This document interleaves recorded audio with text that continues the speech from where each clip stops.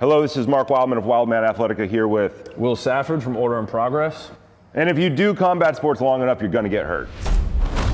I myself have been severely injured several times. I lost a PCL, an LCL, a popliteus tendon, and a meniscus. Basically, I've had my leg completely destroyed, and getting back from that is difficult. Yeah, injuries in jiu-jitsu, they become a badge of honor over time. I mean, if you've been on the mat long enough, you're gonna get hurt. It's just so unpredictable, and it's such a dynamic martial art that, like you said, you're gonna get hurt. I myself have had both knees done. I've torn both meniscus. I've had countless shoulder injuries, wrists, fingers, but the most annoying and the most debilitating has been the lower back. You're gonna get hurt, and when you get hurt, your body compensates. Oftentimes, martial athletes do not want to acknowledge that they are hurt, and so they continue to train even though they are injured. You start with one injury, you lose a movement pattern because you're avoiding something, and then you overload something else, and it kicks off what's called a cumulative injury cycle. The way that I got back to doing sport was actually through kettlebells and clubs, because I needed to rebuild movement patterns. I was standing all the way in one leg because I didn't walk for like 6 months. So one leg got huge, one leg atrophied all the way up. It was super gross. My foot got smaller because you just weren't even putting load on it. And I went to therapy for like 2 years, and they just didn't have any idea what to do with me. Heavy club swinging is how I actually got it back, because it forced me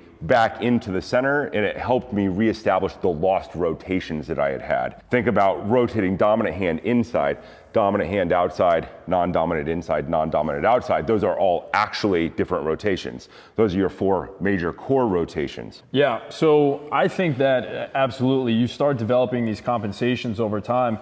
And if you don't address them, because many of us, we just want to keep training, right? But if you don't address them, they will accumulate. And then when you step into the gym and start weightlifting with something like a kettlebell or a barbell, you think, all right, I'm making myself stronger. I'm going to be more resilient for jiu-jitsu. But the thing is, you are putting force on top of a compensation. So you could potentially, not always, but you could make the issue worse. I really wish that I had discovered clubs much earlier in my career, because they have a very unique healing effect on the body. They decompress the tissues. There's this traction of the joints. You're creating space. So they kind of undo some of the negative effects that you will develop over time from doing jiu-jitsu. So not only by training with clubs are you getting these health and these healing effects, you're also improving your performance on the mat. So it's just, to me at this point, it's a no-brainer. What I've realized over the years is that heavy club swinging is essentially rehab and prehab every day. Now I integrate it anytime I do any type of martial practice, whether it's sword fighting or staff fighting or rolling or judo.